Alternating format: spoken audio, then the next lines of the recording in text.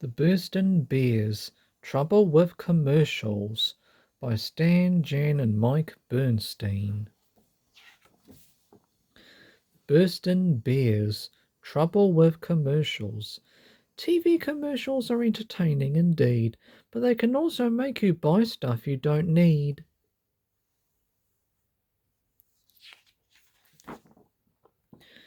The Burstin' Bears Trouble with Commercials by Stan, Jan, and Mike Berenstain. Every day after school, Brother and Sister Bear took a TV break before they started their homework.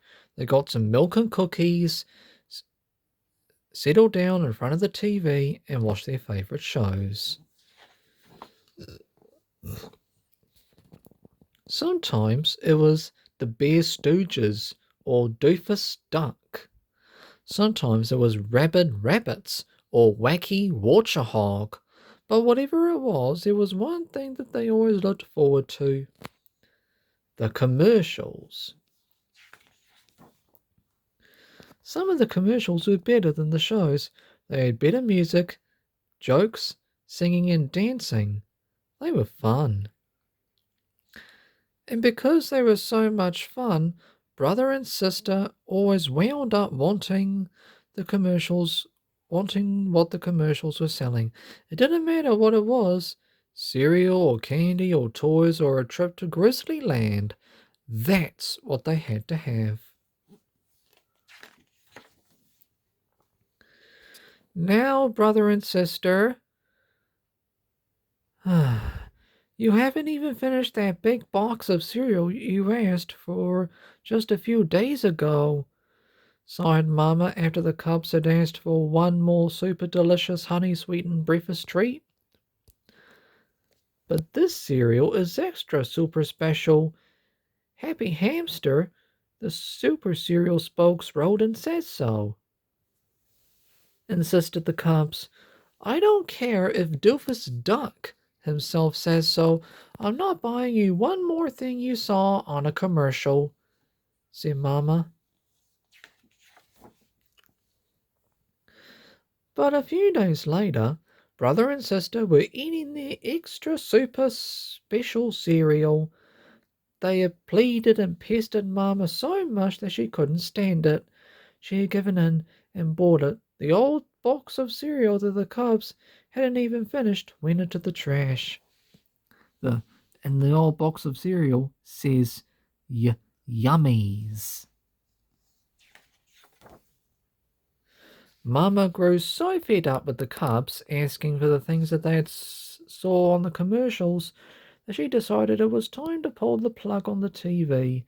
The problem was that she and Papa had favourite shows too, and they would miss them.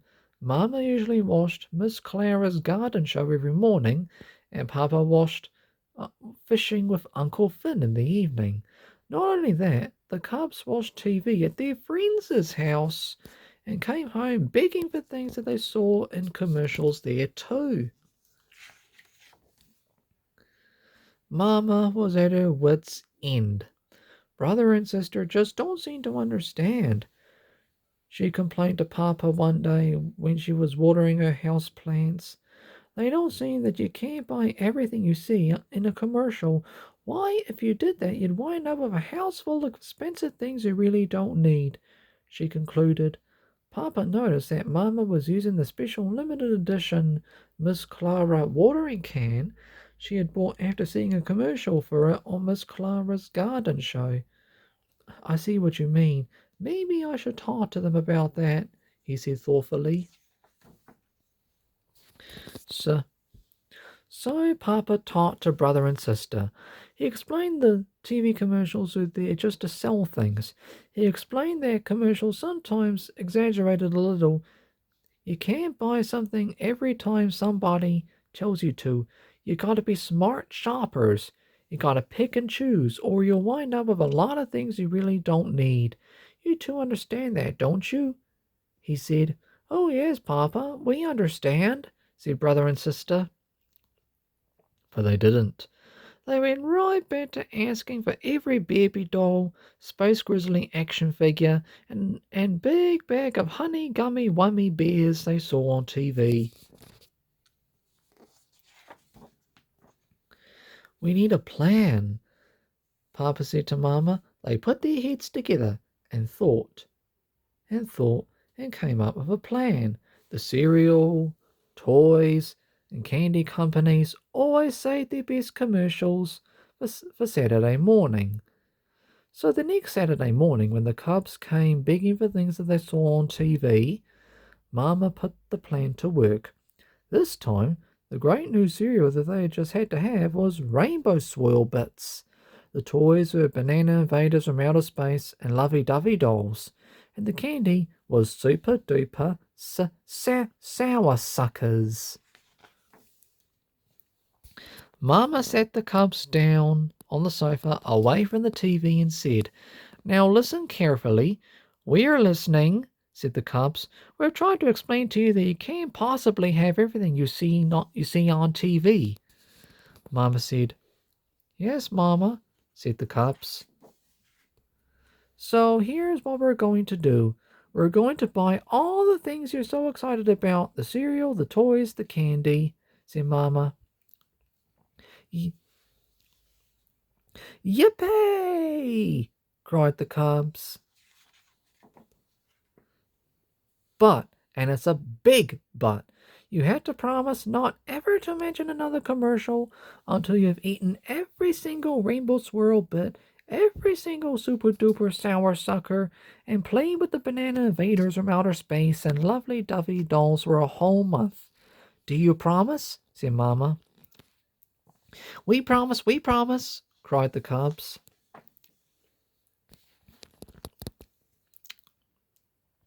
As it turned out, the Cubs didn't like Rainbow Swirl bits very much. Yuck! They turned the milk purple, said Brother, and then they turned to purple mush, said Sister. But a promise is a promise.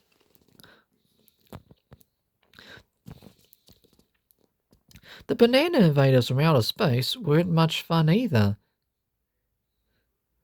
They were just plastic bananas with rocket guns, and there wasn't much you could do with them.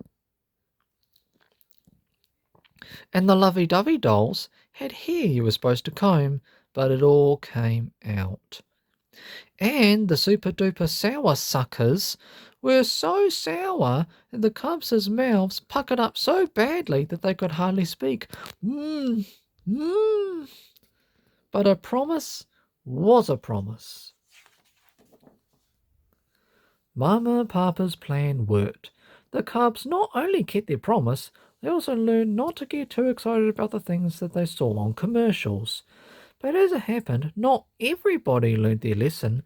One evening, Papa was watching his favourite show, Fishing with Uncle Finn, when a commercial came on. It was for Uncle Finn's guaranteed magic light fishing lure. "Did you see that? It lights up and is guaranteed to catch fish," cried Papa. "But Papa, how do you know it will do all those things?" said Brother. "Well, gee, do you think Uncle Finn would lie?" said Papa. "No, but he might exaggerate a little," said Sister.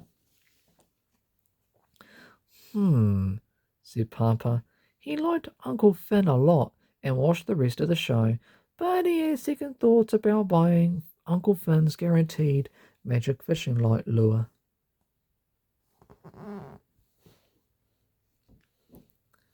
The end.